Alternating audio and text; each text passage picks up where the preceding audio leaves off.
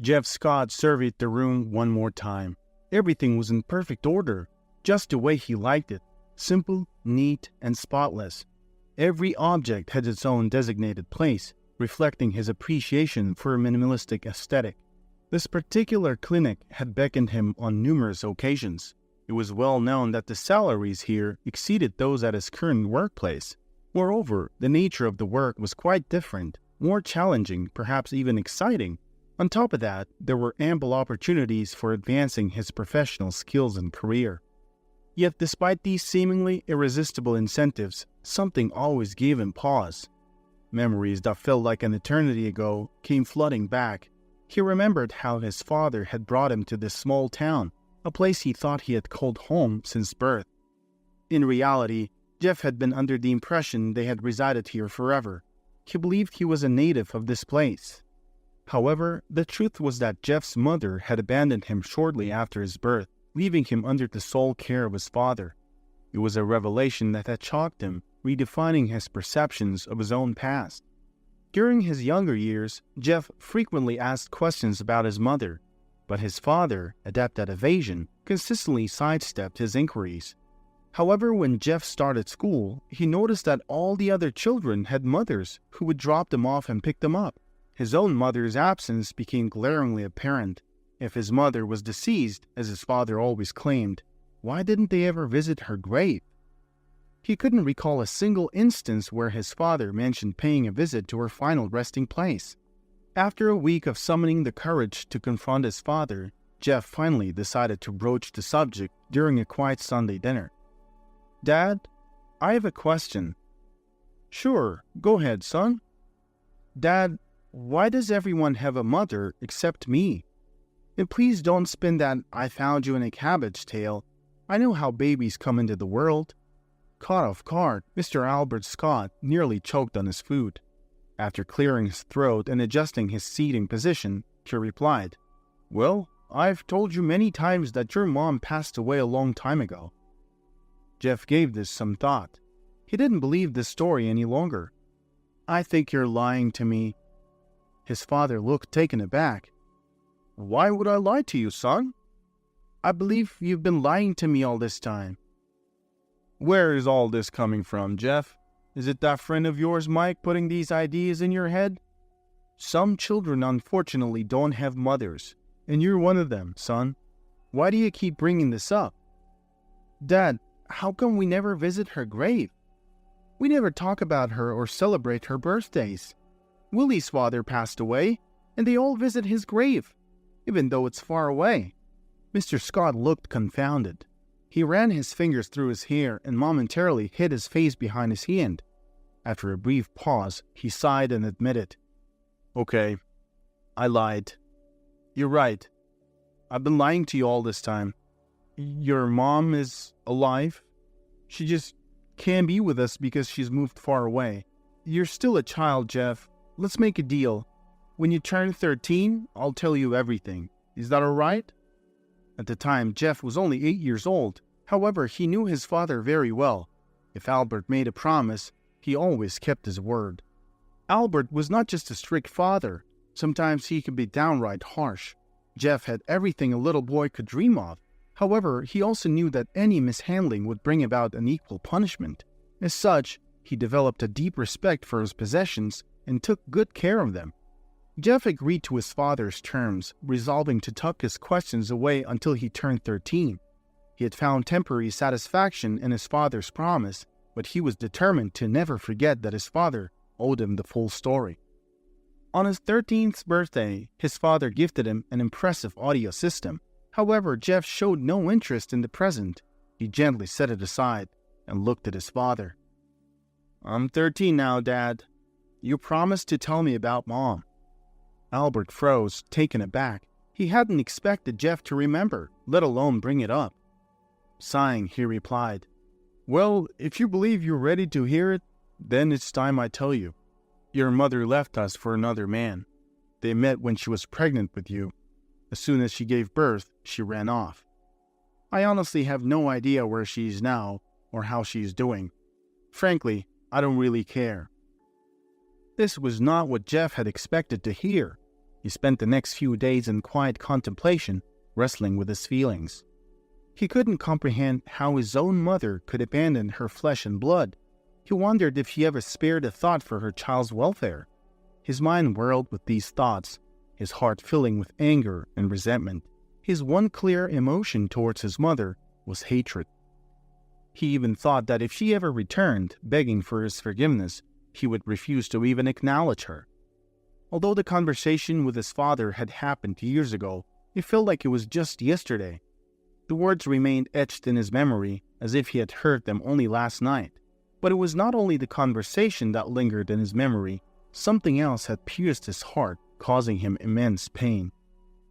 Now, in his 30s, Jeff was a renowned surgeon. Patients sought his expertise from all corners of the country. All of this was thanks to his father, who like a gloomy cloud had hovered over him, ensuring he never missed a class in college. When Jeff was presented with the opportunity for an internship at one of Europe's leading clinics, he faced a choice: take the internship or enjoy his college life with friends. It was Albert who issued the stern warning that helped Jeff make his decision.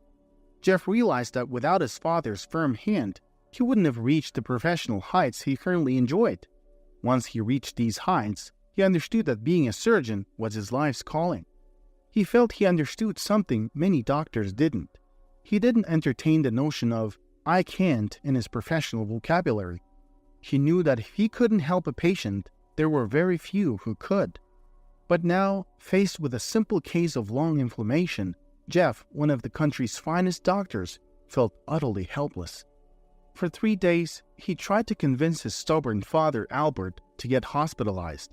But Albert claimed he was too busy, too swamped with chores and errands to spare time for a hospital visit.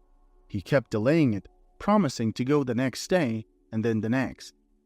On the 3rd day, Jeff had a critical surgery scheduled. The patient's condition was grave, requiring his full attention and expertise. Jeff woke up earlier than usual, making sure he was fully prepared and focused for the task at hand. He often treated serious cases with extreme caution and meticulous care. When he returned home that evening, exhaustion heavy in his limbs, something felt amiss. The house was unusually quiet. Normally, Albert would be watching the news loudly on the TV, eager to share his thoughts and observations, but the house was eerily silent, save for the faint murmur of the TV anchor. As Jeff walked into the kitchen for a glass of water, a horrifying sight stopped him in his tracks. His father lay unconscious on the floor. Without a moment's delay, he dialed 911 and performed all the necessary preliminary checks to ensure his father was breathing correctly until the ambulance arrived. The paramedics arrived within 10 minutes, and Albert was quickly rushed to the ER. Once his condition stabilized, Jeff arranged his transfer to one of the best hospitals in the city. After 12 hours, Albert regained consciousness, with Jeff steadfastly by his side. Albert weakly opened his eyes and offered his son a frail smile. He motioned for Jeff to come closer. "Jeff, there is something I need to tell you." "Dad, you need to rest right now. We can talk later. You need to build your strength. You'll need it, won't you?" Jeff replied, trying to lighten the mood with a smile. Albert smirked, almost as if dismissing his son's words. He looked at Jeff and smiled, his eyes beginning to water. "I said be quiet and listen." His voice trembled slightly, the words struggling to pass his lips. "Jeff, I have to tell you the truth. I will tell you everything." He paused, collecting his thoughts before he continued. "Jeff, your mother didn't abandon you. I took you away from her. I was the one who left. She married me because I loved her deeply. But she never reciprocated my feelings, son. She never loved me back." At this, Albert's eyes welled up even more. "I was in a position to force her to be with me. But after you were born, your mother lost her fear of me. She attempted to run away with you, and I couldn't allow that. Despite my obsessive love for her, my drive to control her overpowered everything else," he confessed, wiping away his tears. "I had wealth and influence. I did everything I could to prevent her escape, moving us from town to town until I was sure you wouldn't piece the story together." As Albert confessed, Jeff listened intently, without uttering a word. He had nothing to say in response to his father's shocking revelations. A silence hung heavily in the room, widening the emotional chasm between Jeff and his father. A whirlwind of thoughts stormed through Jeff's mind. Summoning all his strength, he finally managed to say, "You made me believe she was the villain. I hated her. I hated her so much." Tears welled up in Jeff's eyes as Albert quietly nodded in acknowledgement. "Truth be told, I wouldn't mind if you continued hating your mother, but I've lived with this guilt my entire life. I don't want to carry this burden into the grave." He paused, closing his eyes to regain his composure. "I've kept some photos and documents in the drawer of my bedside table." Albert's voice trailed off as Jeff, without a word, stormed out of the room. Jeff found himself sitting on the hospital steps, his emotions in turmoil. After a while, he gathered himself and started wandering aimlessly around the city. That afternoon, he entered a bar, and for the first time in 6 years, had a drink. He had been too consumed by his work-driven life to indulge himself, but he kept his drinking in check, remaining disciplined despite his distress. "Rough day, Dr. Scott?" An elderly woman, likely in her 60s, sitting a few feet away from him, turned towards Jeff and smiled. Jeff was taken aback that she recognized him. "You could say that," he responded. "You are an excellent doctor, Jeff." "Thank you." "Have we met before?" Jeff asked. He had an uncanny ability to remember every single patient he'd ever treated, yet he couldn't place her face. "Actually, you changed my life without even performing a procedure," the woman replied, bringing back memories of their meeting.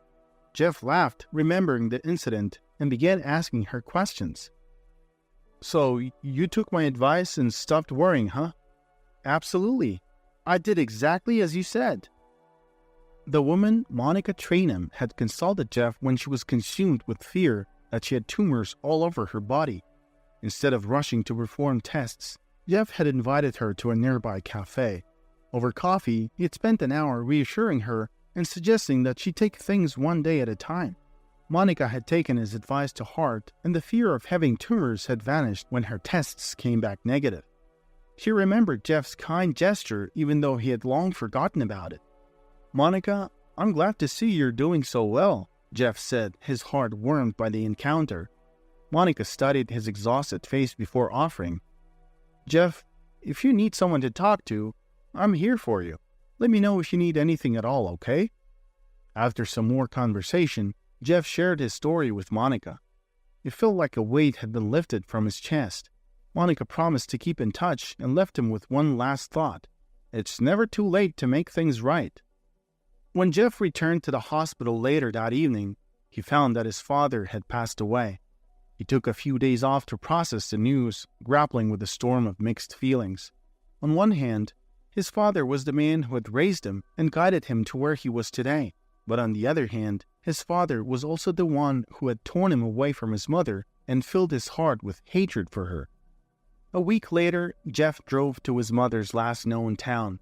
During his journey, he received a call from a private clinic offering him a prestigious position.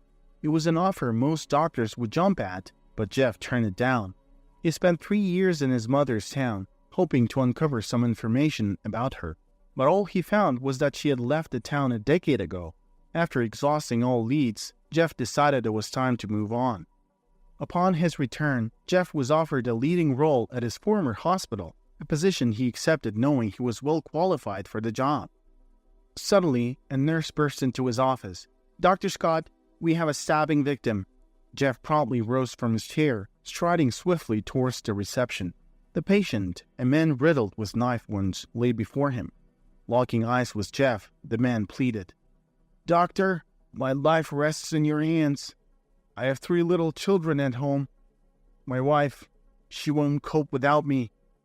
"Well, if death isn't on the agenda, let's see what we can do," Jeff responded with a touch of sarcasm. The doctor standing nearby shook his head in disapproval.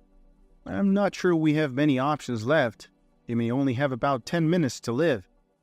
Jeff chose to ignore the doctor's pessimism, immediately issuing commands to the medical team around him. Within 15 minutes, he was in the operating room.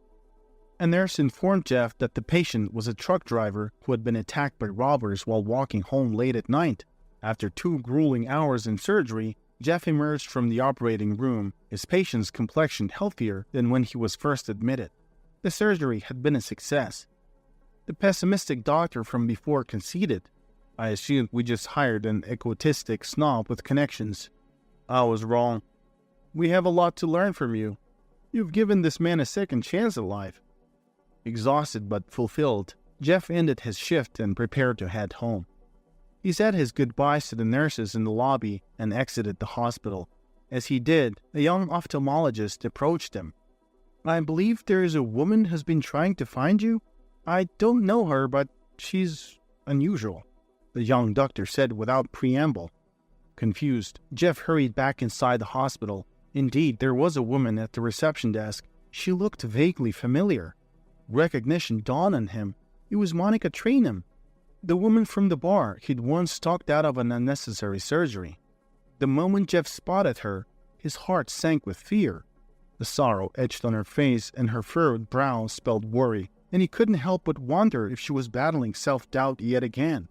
An even more terrifying thought crept in. What if she had received the dreaded news that she required surgery? However, when her eyes fell upon Jeff, her face lit up.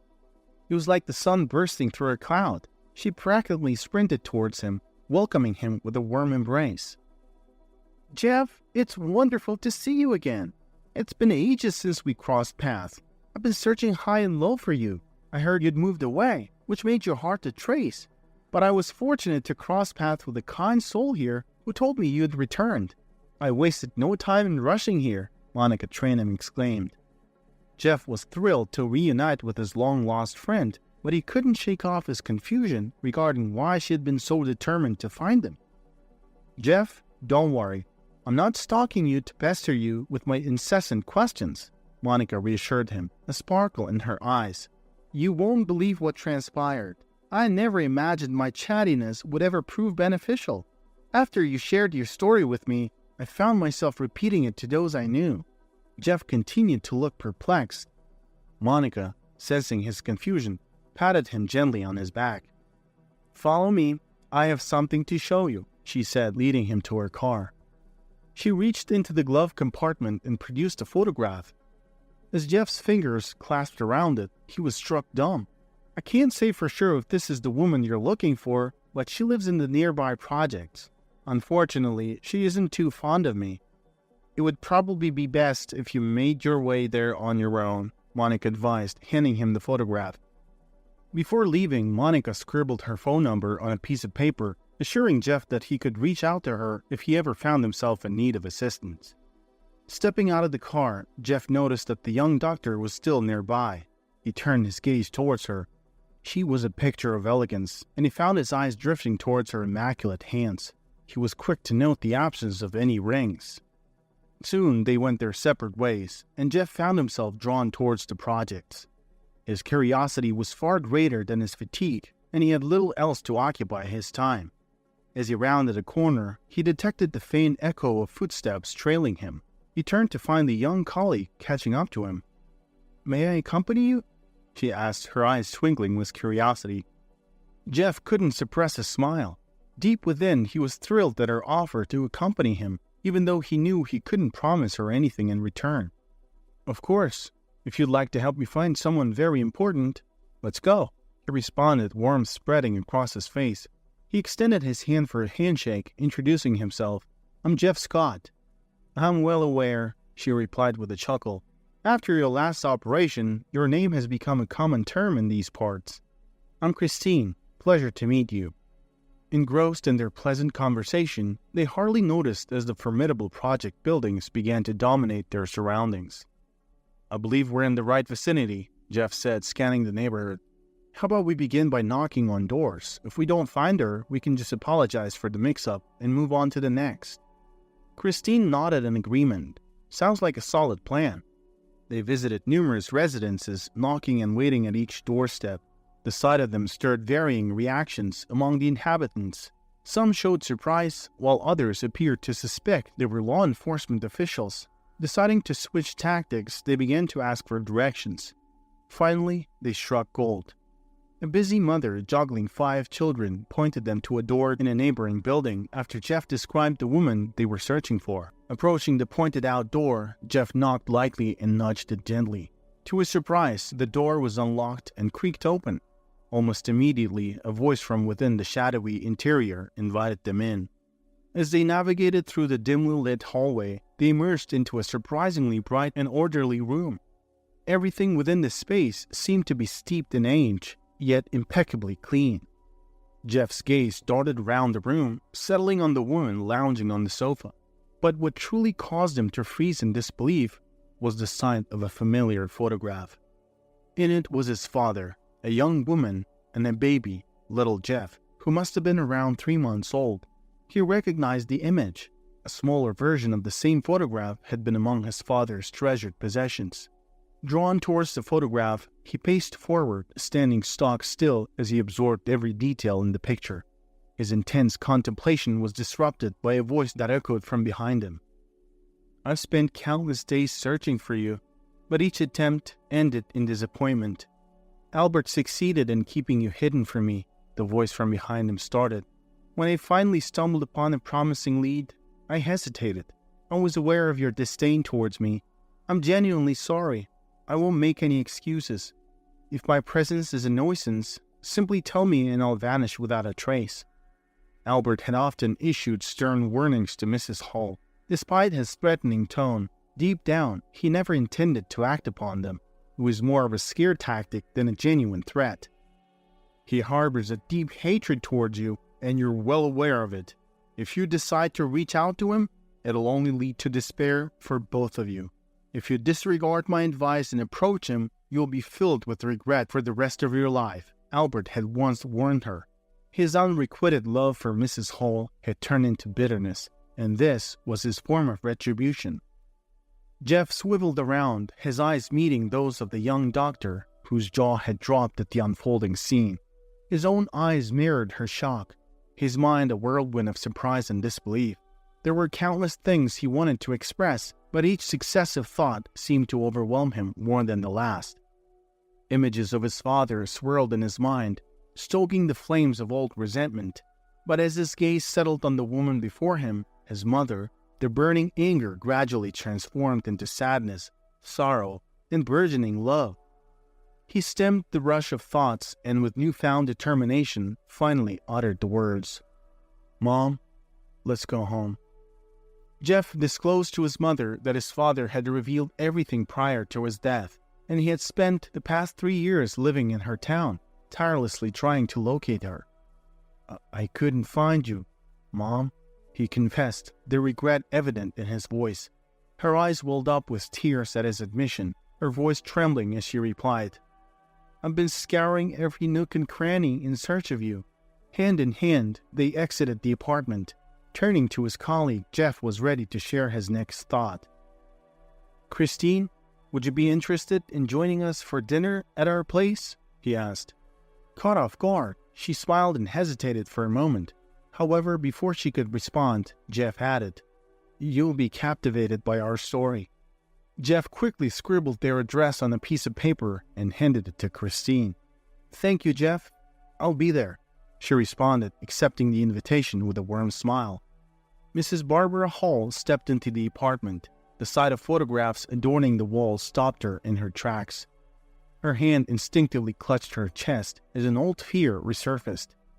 "I know it's been years, but the mere thought that Albert might still be around terrifies me," she confessed. "He might have had his virtues, but to me, he was nothing short of a monster. Perhaps if I had managed to fall in love with him, our story might have been different. But despite my efforts, I just couldn't." Offering his mother comforting words, Jeff responded, "Don't berate yourself, Mom. We'll put things right. In fact, we should be thankful that he revealed everything to me. Without that, I doubt I would ever been able to believe your side of the story." Their conversation carried on for some time until Mrs. Hall felt silent abruptly. "You need some rest, son. You've had a night shift. The young lady Christine is coming over this evening, right?" she gently suggested. At the mention of Christine, Jeff couldn't help but blush. "What's your opinion about her?" he asked, wearing a tentative smile. "I liked her very much. She has a kind gaze. People with such eyes are transparent to me," Mrs. Hall replied. her own eyes sparkling with approval. As he drifted into sleep, Jeff held tightly onto his mother's hand, a moment he had yearned for throughout his childhood.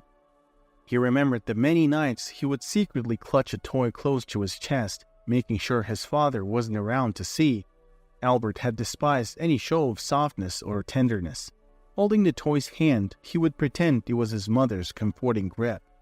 He would also spin stories in his head, pretending they were narrated by his mother, lulling him into a peaceful slumber. Now, these memories felt surreal, as he finally had the comfort of his mother's presence. Mrs. Hall gently draped a blanket over Jeff, tucking him in. She then leaned over and planted a tender kiss on his forehead before leaving him to rest, turning towards the kitchen to start preparations for the evening's dinner. In his dreams, Jeff wore a contented smile. The dreamy tranquility mirrored his longing for such affectionate kisses from his childhood dreams, his past wishes now satisfied in the peaceful slumber of his reality. Jeff was roused from his peaceful slumber by the familiar clatter of dishes emanating from the kitchen. His mother was busily setting the dinner table, preparing their first meal together after so many lost years. "It smells delicious, Mom," Jeff commented as he rubbed the sleep from his eyes, taking in the comforting aroma wafting through the apartment. Upon hearing his compliment, Mrs. Hall merely smiled, her joy evident in her beaming expression.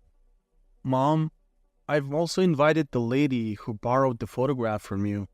She'll be joining us for dinner too," Jeff explained, trying to prepare his mother for the unexpected guest.